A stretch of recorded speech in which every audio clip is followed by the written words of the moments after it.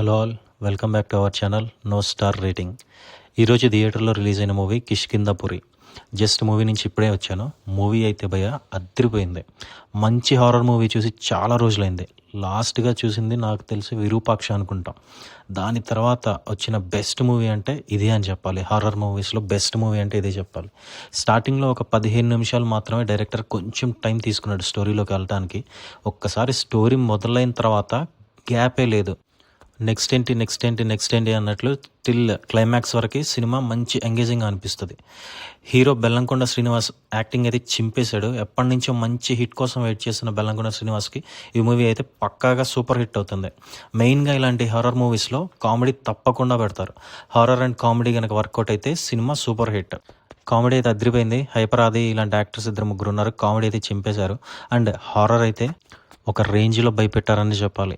Horror మూవీస్లో background మ్యూజికే main key role play చేస్తుంది. సో ఈ మూవీ థియేటర్లో చూస్తేనే కిక్కు. ఎందుకంటే బ్యాక్గ్రౌండ్ ఒక రేంజ్లో ఉంది. పర్ఫెక్ట్ హారర్ సీన్కి అదిరిపోయే బ్యాక్గ్రౌండ్ పడటం వల్ల థ్రిల్ అయితే ఇంకొంచెం ఎక్కువైందనే చెప్పాలి. మెయిన్గా ఇందులో చేసిన క్యారెక్టర్, దెయ్యం క్యారెక్టర్ చేసిన junior artist and senior artist గురించి చెప్పాలి. వాళ్ళ ఇద్దరు యాక్టింగ్ అయితే ఇద్దరు చాలా ఎక్స్ట్రాడినరీగా చేశారు. అండ్ ఆ దెయ్యానికి చెప్పిన డబ్బింగ్ వాయిస్ అయితే అసలు మామూలుగా లేదు భయ్య.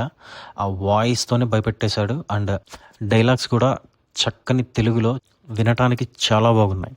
సో ఓవరాల్గా చూస్తే ఇదైతే ఏ రేటెడ్ మూవీ. సో చిన్నపిల్లలు అండ్ వీక్ హార్ట్ పేషెంట్స్ కానివ్వండి, కొంచెం వీక్ అలాంటి వాళ్ళు ఈ మూవీని అవాయిడ్ చేయడం బెటర్. అండ్ మిగతా ఆడియన్స్ అంటే క్లాస్ కానివ్వండి, మాస్ కానివ్వండి, హారర్ లవర్స్ ఎవరైనా కానీ అందరికీ పక్కాగా ఈ మూవీ నచ్చుతుంది.